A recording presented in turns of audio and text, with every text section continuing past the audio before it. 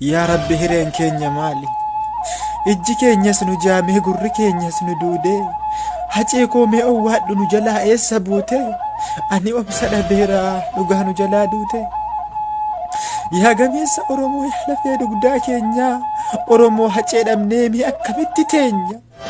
Nuuf bari'eera seenaa maaf didee dukkanaa'e inni sila bilchaate amma didee bukaa'e. Ayii hacee ija Oromoo tokkicha mul'isoonsaa suma qofaan dhaadanna kaayyoo keetu nu boonsa. Hacee koo utuu nyaatiin nu jalaa kichuu cittee ituu dhugaaf dhaabbattuu nu jalaa biyyee lixxe. Oromoo koo dammaqii yeroon geesse maal goota? Biyyee maaf ariifattee maaf nyaatte dhiiga goota? Diina hirriba dhorkee gootna caaluu hundeessa Oromoon miliyeena kamin sitti likkeessa. Hacee koo eessa lixxee mee ol ka'ii mul'adhu sagalee kee ol qabii jira jedhii dubbadhu.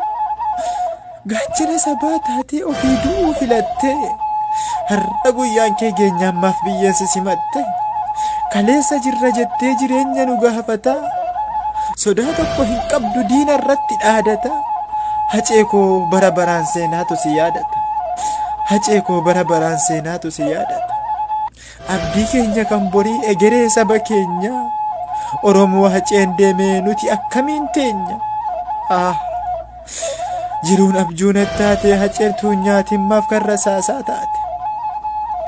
Jiruun abjuun taate hacee koo utuu nyaatiin maaf kan rasaasaa taate? Ituu ati naaf haftee Oromoon marti dhuma silaa situ nuuf jira situ nuuf baha saguma.